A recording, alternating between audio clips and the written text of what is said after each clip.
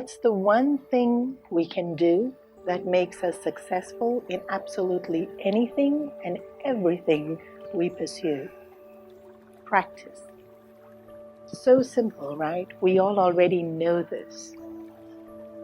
When we learn something, and assuming that we've learned it well and we're doing it right, the more we practice, the better we'll get at it. And we even say this to people, especially young children, when they're learning a new instrument or experimenting with a new sport. When we learn a new language, the more we do it, the better we'll get at it. All sorts of skills. When somebody first starts cooking, when somebody first starts driving, we'll tell them, just keep at it. This quality of keeping at something until we learn it and then excel in it is called steadfastness in the Bhagavad Geeta.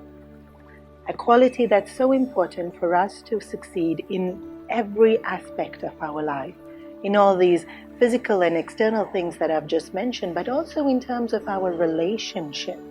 Relationships work when we keep at it, and we have to practice.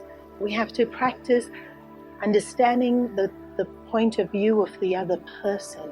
We have to practice forgiving them when they're insensitive or even deliberately insulting. We have to practice accepting them, even though their values are different from ours and their point of views don't match ours.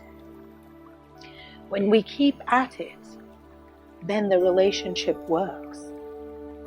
In terms of our spiritual growth and in terms of our personal unfoldment too, we can't just exercise every now and then and expect our health to improve. We can't practice honesty just on Tuesdays and Thursdays and expect our sense of virtue to improve. We have to keep at it. Steadfastness is being emphasized so that we can succeed not only in the pursuits that we do, but in the person we want to become.